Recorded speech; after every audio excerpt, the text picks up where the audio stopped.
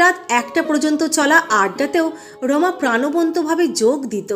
যাদের গাড়ি ছিল না তাদের নিজের গাড়ি করে বাড়ি পৌঁছে দিত। আমার স্ত্রী সুনন্দার সঙ্গে অন্যদের প্লেটে খাবার বেড়ে দিত, বাসন কোষণও ধুত। কোনোদিন কোনো অহংকার বা দেমাক দেখিনি। দু একবার কোনো রকম নেমন্তন্ন ছাড়াও রমা আচমকা আমার বাড়ি চলে এসেছে। একদিন সকালে আমি ফ্ল্যাটে একা, কলিং বেল বাজতে দরজা খুলে দেখি আমার সামনে দাঁড়িয়ে সুচিত্রা সেন। গটগট করে ঢুকে বলল, আজ আমি তোমার এখানে থাকবো, খাবো, ঘুমোবো। আমি ঘাবড়ে গেলাম। ছেলে স্কুলে গিয়েছে। সুনন্দা বাড়ির কাছে ছোটদের একটি স্কুলে পড়াতো। রমাকে ঘরে বসিয়ে বাইরে থেকে তালা দিয়ে বেরিয়ে সুনন্দাকে ডেকে আনলাম। সুনন্দা এসে রান্নাবান্না করলো।